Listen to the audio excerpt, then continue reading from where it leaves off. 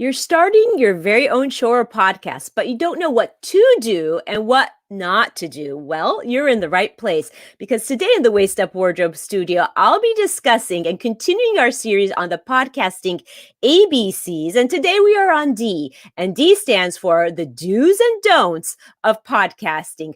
But you know the drill. If you want to hear everything I'm going to say about that, you're going to have to stick around to find out. Welcome to Waist Up Wardrobe. I'm Christine Vartanian, a civil engineer and attorney turned personal style expert and image consultant. As the founder of Jade for All Seasons, I am passionate about unveiling the inner confidence of my clients by developing their personal style. But is getting dressed up still important in our virtual world? Well, that's where my experience can help with what I call Waist Up Wardrobe. Waist Up Wardrobe is a podcast for all things you need to conduct an outstanding Zoom meeting. It's about how to dress for the camera, but it's not just about the clothes. It's about everything you need to know to show up on brand and professionally for the camera. Join me in the Waist Up Wardrobe studio to discuss how to navigate this virtual world and dominate from behind the desk. Hi, Virtual Nation. So great to have you here today. And it's so great to be on live again today with you because we want to have a dialogue around this podcasting ABCs. And this series was born because I used to get a lot of questions about, oh, you're doing this podcast and you started it and you just kind of went with it. And so how did you do it? Do you have steps to teach us about how to actually create and set up a podcast or a show? So that's what inspired this show. And today we're going to be focusing on the fourth thing when it comes to podcasting. We've been through podcasting A, B, and C, and today we're on D, and that's specifically the do's and don'ts of podcasting. But before I get started, I just want to say thank you to Rick Moscoso, my producer, who's always in the production room making everything really work on this show. So thank you to him. Thank you to the audience for joining us once again and being interested in the content that we're putting out there so that you can show up on camera, whether live or pre-recorded, feeling confident and knowing that you're showing up uber professionally on the screen. So that's what the Waist Up Wardrobe show is all about. Go to iTunes, subscribe, download us, rate us, and review us because that gets more eyes on this show, and we'd really appreciate that. And remember, this is a dialogue. We want to hear your comments. We want to hear what you have to say. So give us some love in the dialogue here and let us hear what you think. And let's talk and banter and actually mastermind on how to really make our virtual offices very professional. Our shows come off as confident and full of great content for our audience. So I'm just going to go ahead and get started. And we, as I've said in the past, the Waist Up Wardrobe show is set up so that you can actually take one episode and get a lot of value from it and just learn about a specific topic, or start from the very beginning of the episode with episode 1 and 2 and kind of go through and really learn everything that goes into building a dynamic, very professional and interesting virtual office. So let's start about talking with the do's and don'ts when it comes to podcasting. And the reason I feel as though this is a great topic is because I actually have been through a lot of these do's and don'ts. And PK is here, PK Odell, who is an amazing entrepreneur, the go-to expert on feng shui and how to do it right. She is really that go-to person when it comes to feng shui. Thank you for being here, PK. Good morning to you. And we're going to be talking about when you're creating your online presence, this video show or, and streaming, what do you pay attention to and what do you stay away from? And I will tell you that I just have developed this list of do's and don'ts because of mistakes I've actually made and things I've seen become really helpful.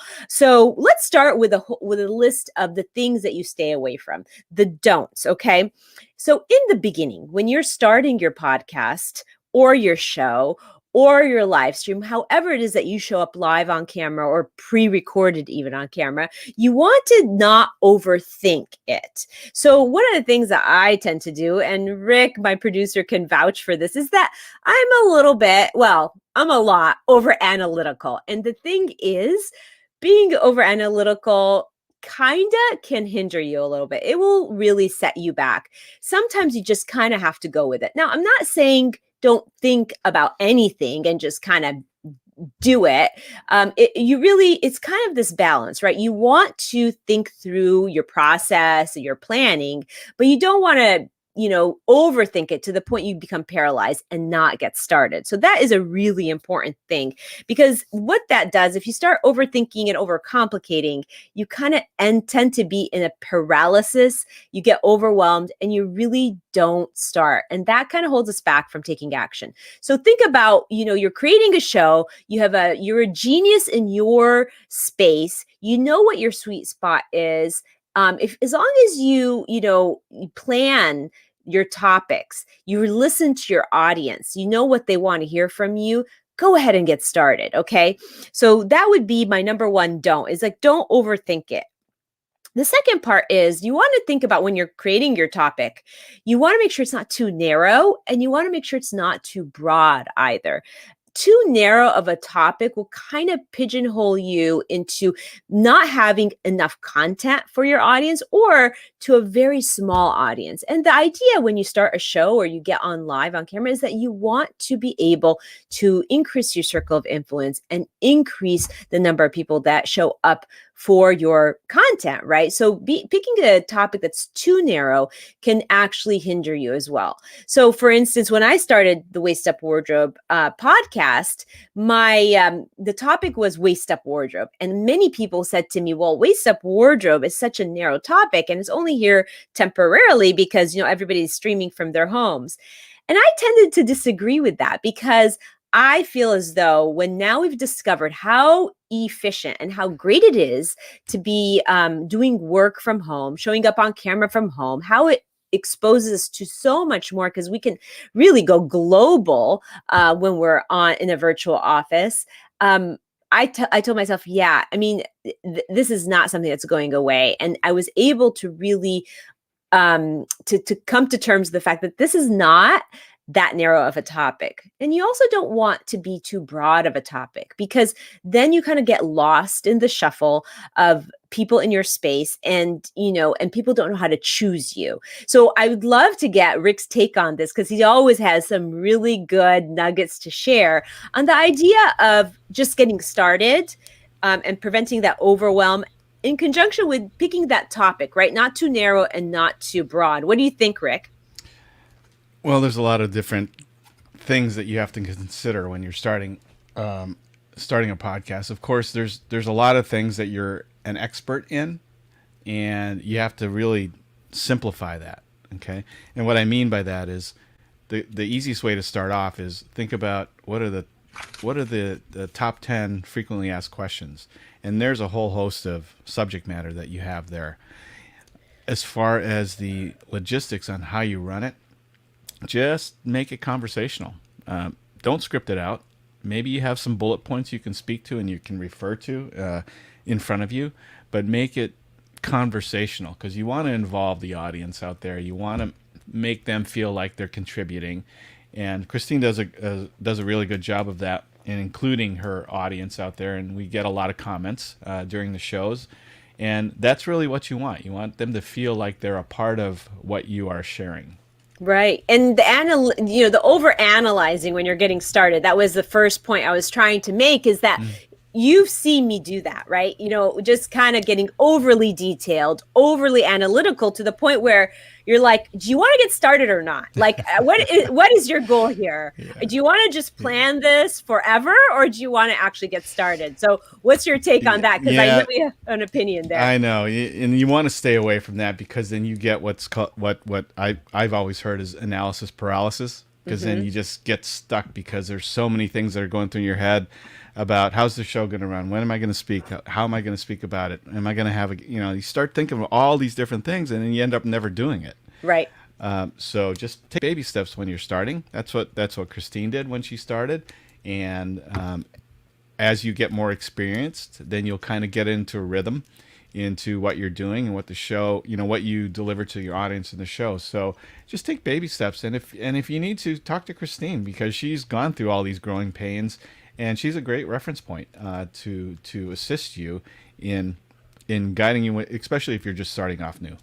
Exactly. And I'm happy to do that at any time with any entrepreneur. I have such a passion for entrepreneurship in general. I just believe in big dreams. I've had this big picture vision, and I just want to make it big. And I want everybody around me really to do that too. So I'm happy to talk to anybody about the missteps I did, the things that held me back, and the things that really propelled me forward. So the second thing I'm going to talk about when it comes to don'ts is your competition. Many of us get a little bit hung up on our competition, that we feel like, oh, so-and-so is doing it a certain way and they're flourishing and they have thousands of viewers, and I've been doing it and I only have like one person watching. Well, the thing is, you don't want to compare yourself to the competition. You are a very unique individual with a very unique wisdom.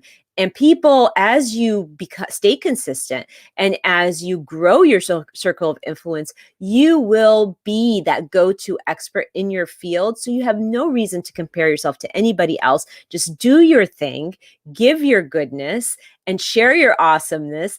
And you know what? The following will follow. Don't compare yourself to anybody else. And on that note, don't copy anybody else. The worst thing is to be a copycat in your niche, right? You have your own specialty. You have your very own way of delivering information and your very own hacks and tricks. And those are the things you want to share. There's never any reason to copy another professional in your industry. And I do think that we get inspiration from other people. And I think that's perfectly okay. But when it comes to doing it your way in your very signature style, you need to really need to follow that and stay true to that. And PK is saying, Lucille Ball taught us the value of reruns and replays. For sure. Yes, for sure. Lucille Ball was just one of those really legendary actresses. And for sure, she did that. So, you want to stay true to who you are and never, ever be intimidated by any competition, because you are unique in your own right. The third thing I want to talk about is technicalities. Okay. Don't use low quality graphics. And I know that Rick has a very strong opinion about this. When you use low quality graphics, like in your thumbs or in your graphic art that you're putting up to represent your show, you're really doing yourself a disservice. It makes you look less than professional. And if you want to stand out as an expert in the field, you need to definitely keep all the media that you're putting out there and all the materials you're putting out there, whether it's in digital form or however, you want it to look super professional. And the way to do that is to really have high quality graphics. Use a photographer if you need to, create graphics on systems like Canva and really put out great things out there for people to see who you are. That matters, right? Don't do it yourself. Hire the producer, like I have Rick. And Rick, I'd love for you to come up here and tell us a little bit about that.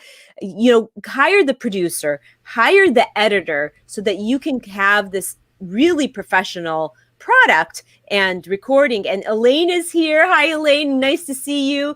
We're talking about really going live on camera and really being outstanding in the way you project that and what you do and what you don't do. So Rick, what are your thoughts on the quality of graphics and the quality of the production when it comes to creating your own live stream or show or podcast?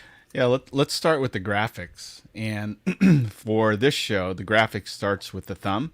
And, for those of you out there that have been following Christine for a long time, with the Waist Up Wardrobe, you know that every week she comes up with a very unique and kind of a fun thumb, right, for every episode. So when you go to her Facebook page, you see all these kind of really cool thumbs and creative thumbs that she does.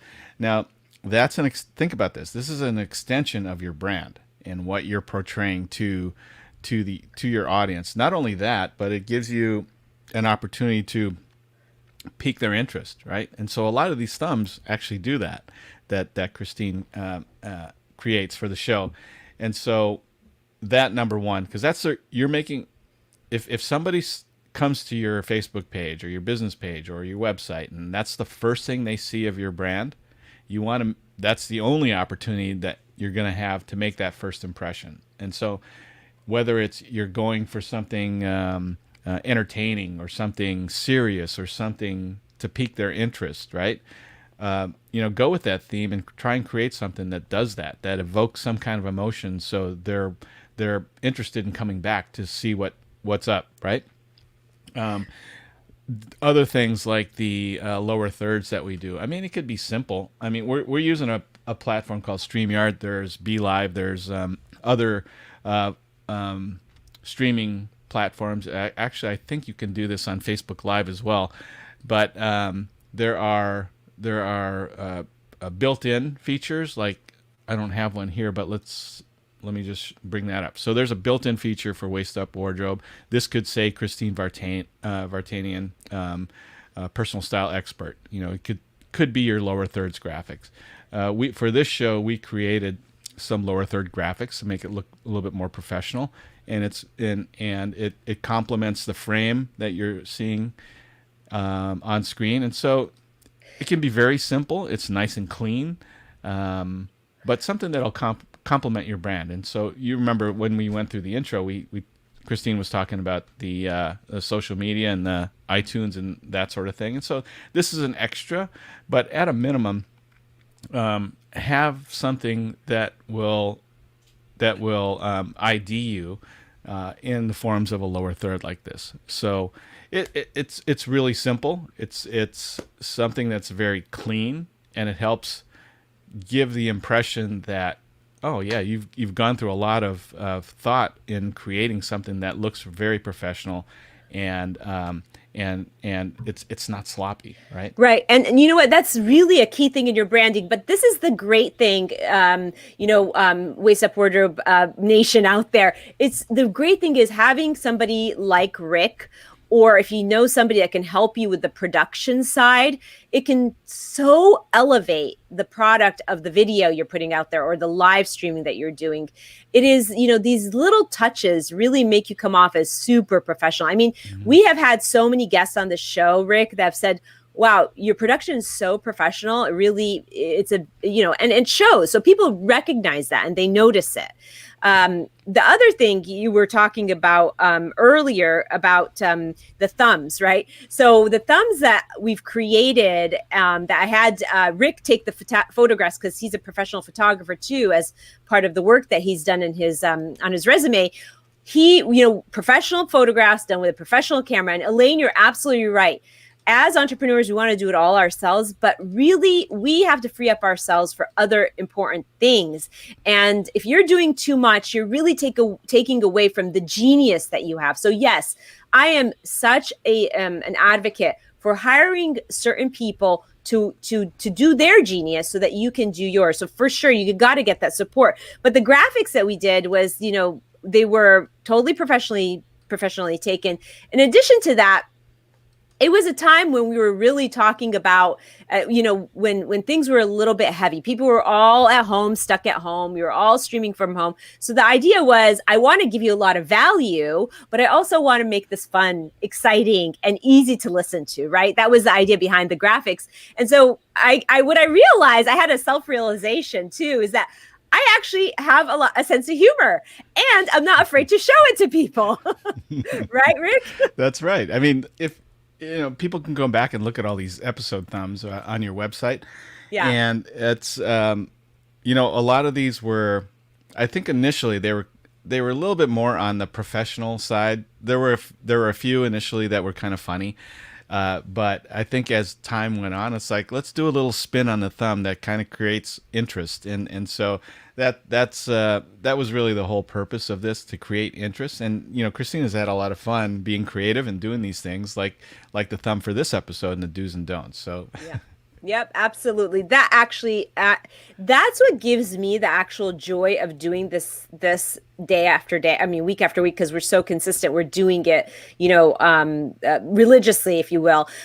And I look forward to my show, and my show is such an important part of up leveling the credibility of my work, but it also is a platform where I can connect with people that maybe want to watch from afar about what we do and what I do. And I'll be using this coming year, really helping people transition back into from their virtual to their traditional offices, creating the hybrid offices. I'll also be talking a lot about my overarching work, which is styling in general and trends and all of that. But the idea is you want to make this engaging, right? And I figured that I'm going to tap into my sense of humor to make it engaging, to make it fun and funny. And you know what? I think it's worked for a lot of people. It has certainly worked to elevate the fun and excitement around my work. So that for no other reason, that was really important. So now we've talked about some don'ts, right? Let's talk about some actual do's. What do we actually make sure that we do when we are trying to create our show?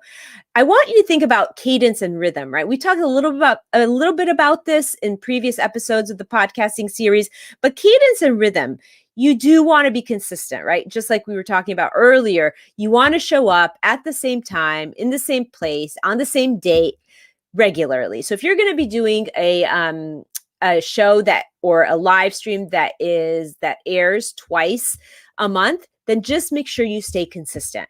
Do it every 2 weeks and don't miss an episode and if you have to pre-record an episode from time to time, that's okay. I do favor going live because it gives me this feeling that the show is alive and interactive, and I get to talk to Elaine and PK and so many other people that show up here. And there's so much genius in really having that circle of conversation. And that's why I really prefer the live show. But sometimes you'll be on vacation and sometimes you'll have to have some downtime. And if you have to do that, don't miss the show. Don't skip it. Pre-record it, pre-plan, and get it going. Keep it going. So that would be one of the things that I really recommend you do, is staying consistent. And do have a format for the show. People like to know what to expect. They like to know to expect you to show up every Thursday at 11:30 at the same time and same place. So that if they want to tune in, they can, and they can really depend on that. But they also want to know what to expect in the format of the show. Where are the nuggets, the real genius nuggets going to come in? Should I just tune into the end because I don't have time today because I'll get that summary? For us, I have a clear open where I really tell you about what the show is. Then I have my intro, and then I have the body of the conversation. If it's a Q&A with the guest, that's what happens next. And finally, I wrap up with the Waist Up Wardrobe Weekly wrap up. So people kind of know to expect the format of the show and what comes next. And I really think that really helps your audience know what to expect from you. And Rick and I really have talked about this so much. And Rick, I'd love your input on sort of those two things about cadence and rhythm. And we've talked this to death, but it's so, so important, don't you think?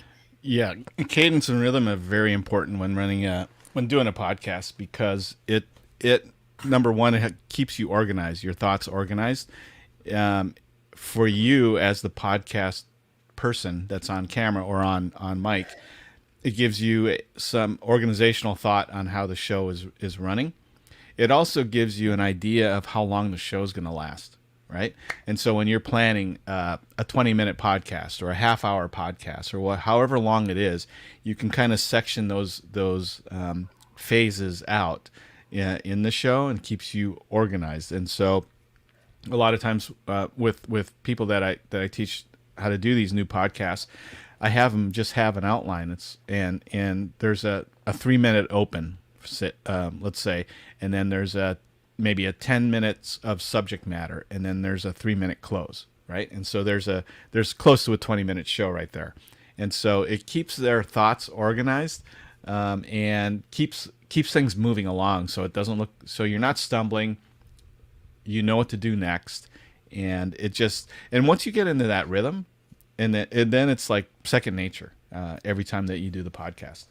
Absolutely. And the interesting thing that you bring up here is that, the cadence and the rhythm is really important for the audience so they know what to expect, but it's also important for the host. It's important for me to know what is the process I'm going to go through so I can keep the thoughts organized and I can keep the value coming. I don't have to think about so much, oh, what did I say? What did I forget to say? That kind of thing, right? Mm-hmm. So that is really, really important. So the other thing when it comes to do's that I want to talk about is being clear, the clarity of the show. And the clarity of the show starts with a clear title, a clear title to your program. For us, it's Waist Up Wardrobe. When people hear that, they know exactly what we're going to be discussing. They know it relates to wardrobe, which is my overarching business. And they know it relates to how you show up from the waist up, which is how we show up on camera most of the time, right? We show up like this in this box talking to our audience. So you want a clear title. You want to make sure that when people are scrolling down the podcast list or the iTunes options or catalog, they really can tell when from reading your title what it is you're going to be talking about. In addition to that, the description. So you got the title of the show and the description should be clear enough so that you can really convey to the audience and communicate clearly what the show is about. And Rick, you have, we really brainstormed around this a lot, right? Yeah. So tell me a little bit about, as you brainstormed on title and description, like our title is Waist Up Wardrobe. How do you dominate from behind the desk is a little bit of a description. So that gives the reader or the person, scrolling your show to see if it's worth their time. It gives them an idea of what it's going to be about. Yeah. How to dominate behind the desk is more of a tagline right. for the show. And that's a very consistent thing. So you hear Waist Up Wardrobe, how to dominate behind the desk. And you always hear that or you see that in descriptions of the show. And then, I just lost my train of thought. What we're talking about the descriptor for the title, right? So in dominating from behind the desk is ours. Right. Yeah. So when you consider the title of the show, right? Or the episode that you're talking about, think of it this way. What would interest you the most, right? If you were searching for something like that. Things like the top 3 reasons to do this, this, and this, right? Or the top 10 reasons or something like that. And if you make it succinct like that, not only is that good for your audience, but it actually is really good for SEO. Google loves picking up stuff like that, and it's if the audience knows that there's only 3 or 5 things that'll help them do XYZ better, then they're more apt to tune in to listen to what those 3 or 5 things are. If it's a laundry list of stuff, they're out in 3 minutes, right? They hear the first 2 and then it's like, okay, I'm done, right? And so if you can tell them right off the bat what it is that you're going to talk about, how it is that it's going to help them, and then why it's so important for them to do this because they're going to get this out of what you just talked about, then that's a very clear understanding of what you're going to do, what you're going to share with them during an episode. Yeah, and that's what I do with the hook at the beginning of the show too, right? I tell them generally, I usually pose a question, and that is a question that I think has been a frequently asked question or something like that. And then I tell them, okay, this is what we're going to discuss and how we're going to solve the problem, right? And Elaine makes a good point here. What she does, she says she also keeps the direction of the audience questions on topic, on the subject, which I think is so important and is such an indication of a good host, right? A good question, a person who asks questions, because you don't want to go too far off topic. You don't want to be squirreling away. You want to honor the questions people are asking, but you also want to make sure that you keep everybody focused, don't you think? Yeah, no doubt. No doubt. You keep them on track. And that's why, kind of minimize the subject matter that you're going to speak about. Don't go too wide with the subject matter, but kind of keep it focused in, and you may have an audience member who might go off on a tangent that you can just quickly address, and if you've done enough episodes, then you can refer them to a certain episode if that is applicable. But try and stay on topic, and remember you're delivering this episode message to to your audience based on whatever that topic is. So stay focused on that. Make sure you focus on what it is you're going to give them, how it is it's going to benefit them, and why this is so important, because this will change the way they do things, right? Absolutely. And, not only the audience members, but you also sometimes want to keep your guests on topic, right? Because, and a big part of that, which I'm going to talk about just shortly here, is that you have to plan with them. You have to prepare them. And that it's all in the preparation when you're talking to your guests of what do you expect to happen and how to stay focused on the topic. Because sometimes guests are so passionate about what they do. They want to talk about all the stuff, right? And that's wonderful, because that shows that you're bringing in some really great guests. But you also have to honor the fact that the audience are there for one reason, and that's to get that question that you posed at the very beginning answered. So that you can keep the show going and you can keep the show clear and concise. So the other thing I want to talk about when it comes to clarity is that there's this fine balance between planning and not planning your show. So, a lot of people say it's better to just be spontaneous and show up because that's more real and authentic. And there's definitely a place for that. And some people overly prepare. And I am completely guilty of that. So the thing is, there's really this balance. There's this fine line between being spontaneous and over planning, right? You want to plan a little bit. I've seen people they're so amazing at being in front of the camera and so spontaneous, but because they haven't really pre-planned just a little bit, they tend to go off topic or get distracted, or there's a squirrel here, or they're not really focused. And I do feel like that can be a disservice to, putting out a great show. Okay. And then of course there's the over planner, which is much like me. I've definitely gotten better at it. In fact, I feel like I really have honed that skill better of planning appropriately. But at the beginning, I was really over planning. I mean, it was taking days and days to plan for the show and practicing over and over again. And the reality is, it was very new and I wanted to do a great show. But the reality is it almost kind of was counterproductive, because I tended to then really want to stick to a script. And Rick always said, just do your bullet points and just talk freely. And that's really where I am today. In fact, I got on the show today and Rick can vouch for this. And I said, I didn't plan at all today. I didn't prepare. I didn't practice. And he's like, great, you're going to have a better show today. So Rick, what do you think about that? That's so true. I mean, you've developed this rhythm and slowly developed this confidence in that it's okay not to have everything scripted. It's okay to not be totally prepared in what you're going to say, but at the same time, it brings some kind of authenticity to what you're saying. And as you get more experience in this, it's like your passion in the subject matter, your passion in the show comes out because it's not overly scripted. I can tell you this: if you script it and you read the intro, or I'm not talking about you, Christine, but anybody, if you read your intro on the show, even if you had it memorized, you can tell. There's no question that you can tell. And so I love the fact that you come like, oh, I haven't practiced the intro. It's like, great. That's awesome. That's what I've been trying to get you to do. Right. Yeah. You know the title. It's like, okay, just go with it, Excellent. And Christine's done such a great job when it comes to that. And I'm so proud of her, because it's like, okay, I got her to do that.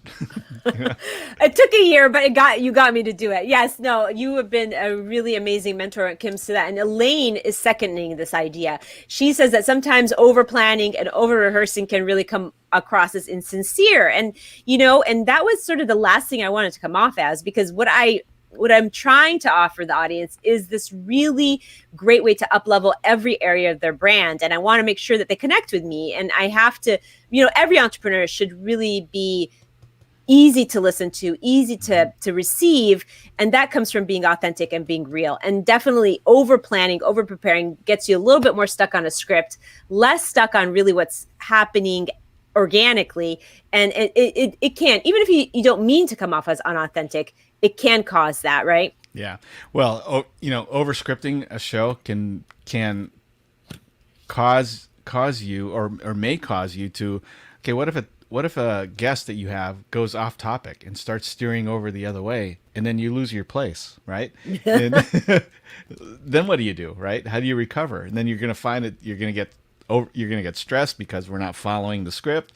But you have to be flexible. You have to kind of go with the flow, but at the same time, like you said, just keep them contained. Make sure that they're focused on the subject matter that you've reviewed with them prior to the live episode. These are the things I want to focus on. These are some of the things I want to stay away from. Let's really stick to this area of your expertise.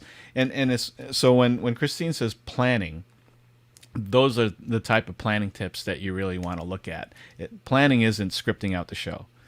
Planning is outlining it, and then if you have a guest, discussing that in the pre-show session with them. This is what my audience is interested in hearing from you, and this is how they can benefit from your expertise. So just kind of rein it in, but definitely don't script it out.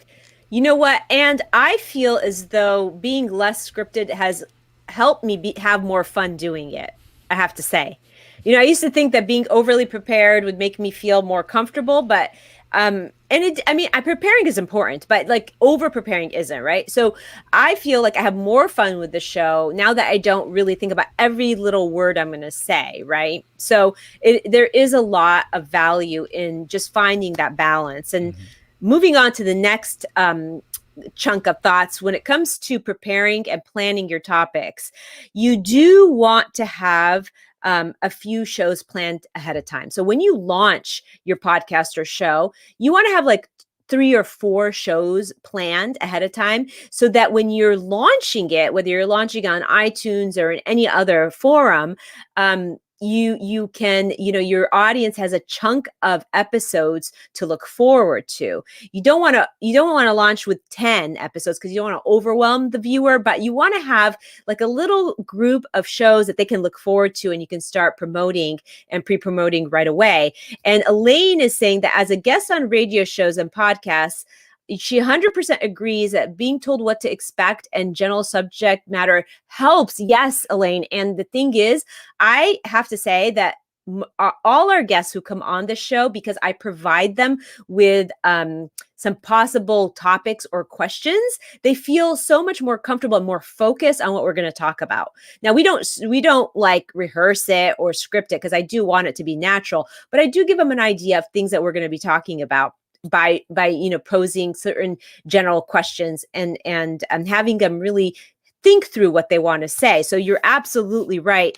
And when we're planning the topics, like I said, having a couple shows planned before you launch is a really great idea. But also remember not to plan too many, because then you can also overwhelm people by putting it all out there right away. And make a list of shows. I made a list of I think it was like 34 or 35 topics before I even launched the show. I wanted to know how I'm going to continue the longevity of the show. And, when you start brainstorming on topics, one idea leads to another. So that was really beneficial for me to have those shows pre-thought, like the topics pre-thought. And it helped me be more efficient too. And the other thing you want to do is make a list of the guests. If you're going to be bringing guests on as a host or hostess, you want to make a list of the possible guests that you want to bring on the show, because that way you have an idea. You're banking topics and banking the people that you want to call on as guests so that you can plan ahead and really have, things, people that you're going to be reaching out to. It's always really good to have that too in your bank, because sometimes things happen. A guest will get sick and won't show up, so you have to go on to the next show or plan the next, call on the next guest. So you want to make sure that you have a little bit of that pre-planning done so that you don't fall into this trap like, well, I can't go live on my show because the guest isn't going to be here today. You always have to have the ability to adapt and pivot. And Elaine is saying, yeah, the guest shines and does better when they're, when they have been given some tips and been prepared for the show, which actually takes me to the next part of the do's and how to plan. So you want to have a pre-planned show. That is definitely a must do. You want to have an opportunity to get on camera with your guest before the show and make sure all their tech is working. So that's the important part of the planning, and also be able to submit some thoughts and questions to them so that they know what to expect and makes them really shine, like, Elaine is saying. And Elaine is giving us, a very great compliment here. She's saying you're one of the very few shows she watches. She always info is rich and very personal. Thank you so much for that. I really appreciate that. That is really my goal. My goal is really to give each individual this really great content so they can actually go and apply in their own business or apply into their own image or the way they show up. So thank you for that, Elaine. And so you want the guests to show up feeling prepared, and that's why you do the pre-show and the pre-show tech check. And I'll tell you, all of my guests that get that opportunity feel so empowered when they show up that day. It has really been such a great tool to use. You also want to create the show notes, right? Because the show notes, and what that is, actually now I use that as my script. It's not really a script. It's more of like a bullet point topics I'll be discussing. So I use that and then put it down as my show notes with those. And I'm learning this better right now to do the key word rich searches, kind of align it with that and really focus a little bit on the show notes more than actual script, because then I use the show notes to publish with the episode, and Rick can speak to that in a second. But the other really key thing that we do to stay organized is that we use a platform called Trello, which there's so many other organizational platforms out there, but there's Trello and Asana and so many others. I happen to favor Trello. I know Rick really likes Trello, and PK is saying that you and Rick make it easy to be a guest on your show, because PK has been a guest, yes, and thank you, PK, for that. That is the idea, right? You want this to be, when you're creating a show where you're going to be bringing on guests, you want this to be a win-win-win situation. And when I say a win-win-win situation, and I really am intentional about the triple win, is that, it's a win for the host because you're creating a great show for people. It's a win for the audience because they're learning a lot, hopefully, and they're taking away a lot of takeaways and action items.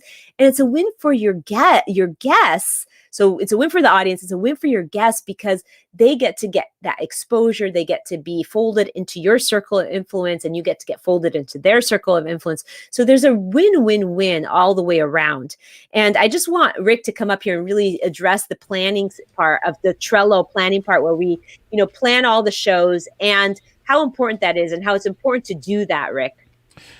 Well, it gives you a snapshot of your production schedule. It's really important. And as you put down ideas and shows, I can look at Christine's Trello board and I can see some of the ideas that she has for future shows. And not only that, because she uses me as the showrunner, right, in the background that does all the production stuff, I can see she can load her descriptions of the episode. I know which thumbs that she prefers for the episode, so I can get those ready and load it into Facebook or into StreamYard for the week, and it just keeps everything organized. It's so easy, rather than us texting back and forth. Hey, did you get this? Did you see that? I emailed it to you. Oh no, wait, I texted. No, I forgot to do that. And so you can look at it, and it's a tool that you can use even if you're solo. Right? It's a great organizational tool because as the episodes move down in sequence, so for instance, there's pre-production where we're creating the thumbs and all that stuff. There's a column for that. The day of the show, we move it into that production phase, and then these are the things. This is the outline of the show that Christine's going to follow. Then after we're done with the broadcast, we move it into the next column into post-production. So if there's any audio cleanup for iTunes and things like that, then I can put it in that stage, and I don't move it on until I'm done with that. And then when it comes to transcribing the shows, because we do transcribe all of the shows that will be used later on for show notes, then we know exactly in what production phase, whether it's pre-production or post-production, where it's at until everything's completed, and then we can shelve it because then everything's been done. So it's a great organizational tool, and best thing about it, it's free. Yeah, exactly. And that is such an important do. If there's one do you must do, is really use a platform like Trello. And I find Trello to be very simple to use. That's why I've kind of fallen back on that. But I know there's a lot of tools like that out there. So whatever tool works for you, use it. And it helps you. I like that it's cloud-based. So if I change something, it automatically changes for you. We don't ever miss a step, which is, rarely miss a step. And that's really good because nothing falls between the cracks. So really, really important for organizational purposes and your planning purposes to use a tool such as Trello. And finally, I want to talk about the wisdom circle, what I call the wisdom circle. I learn so much from the people I talk to and mastermind with. Everybody has this extraordinary genius, and so it's really important to me to ask my audience. I like to ask my audience what they want to hear. I like to pay attention to what they're asking. What are their frequently asked questions? So one of the do's I want to leave everybody with is do ask your audience. Use the wisdom of your audience. Use the wisdom of your circle to understand what content to bring back to them. And when you're doing that, there's another thing that goes hand in hand. When you're about to launch a show, and I did this, and I feel like it was really powerful, create a launch plan in conjunction with creating a launch team. So what a launch team is that it is a group of people that are the closest to you, that are your biggest fans, biggest supporters, biggest cheerleaders, that you will put into a group to get you launched. And what they would do is they would immediately, when you launch your show, they'll go and subscribe and rate it and review it. And they'll show up on the show to comment and reply and really create some engagement around your show so that you can get that really great launch with a bang. And that could make such a difference because it will get more people looking at it. Have the launch team. I mean, a launch team can be as few as, 5 members to as many as 20 members, just because those are the people are going to go and do what you ask them to do so that you can promote the show. Now, of course, your audience will go and rate you and review, and that will happen eventually. But when you're launching, you want that immediate activity. You want that immediate bang. And to get that, you have to actually talk to some people that are willing to go and do that and support you in that way. So that really does help. It helps boost up your confidence too, because, you already have cheerleaders behind the show, people that are going out there and really promoting the show with you and for you. So I really recommend that. And, it's always important during the course of your show to ask people and ask the audience members to go subscribe, rate, and review you. I mean, we forget to do that sometimes, and you kind of miss an opportunity if you forget to do that. So it's really important to ask for that from your audience because they will do that. They just sometimes forget or don't know or don't have the time. So just ask them consistently and you'll get a lot of benefit from that. So I want to let everybody know that I am happy to spend a 15-minute strategy session with you. If you want to talk about, if you're launching a show, or if you need tips on how to go live or what to do, contact me. Put the hashtag in the box here. Hashtag do and shine, because we want to spring you right into action. If you have any questions about a current show that you're already streaming or you're already doing, if you have questions about how to start a show that you want to understand better about what to do and what not to do, or how I did something or didn't, stayed away from doing something, put the hashtag do and shine, and we'll get on a call. And we'll talk about, what is challenging you, what your thoughts are around some of these do's and don'ts. Okay. So go ahead and put in hashtag do and shine. And I will leave you with the Waist Up Wardrobe weekly wrap up. The number one takeaway, remember, you want to plan, but don't overly plan, right? You want to have a list of topics that you're going to be talking about, a list of guests that you want to bring on. You want to use something like Trello to organize all your topics and thoughts, because it can get to be a lot of stuff to keep track of. Tips, go through a lot of the do's and don'ts that I just said here and kind of understand what they were for, what they meant. Okay. That is one tip I want to leave you with. Tools. use Trello or Asana, please, and you'll find that once you start using a platform like that, you will actually use it for other parts of your business, and you'll find that it streamlines things and keeps things organized and helps things from falling through the cracks. And finally, the one action item is I want you to go to the show notes. After this show today, you'll find that we're going to publish the show notes for this episode. Use that show notes bullet point list as your guide for what to do and what not to do. If you can use that as a guide for your very own live stream or show or however you're showing up on camera, I promise you, it will elevate your show. It will remind you to do things a certain way and steer away from some common mistakes that are done when it comes to podcasting or going live. So thank you for joining us here on another episode of Waist Up Wardrobe. I'm so glad we're back here live. We were we were out of the office and did some recorded episodes, the last couple of episodes, but we're back live, and we will be back live consistently and most of the time we'll be here live. And tune in next week at 11:30 on Thursday, Pacific Standard Time, same place on Waist Up Wardrobe, because we're going to continue the podcasting series ABCs. And next episode is E. And we're going to be talking about equipment and what equipment you will need to have a show or a podcast or a virtual office.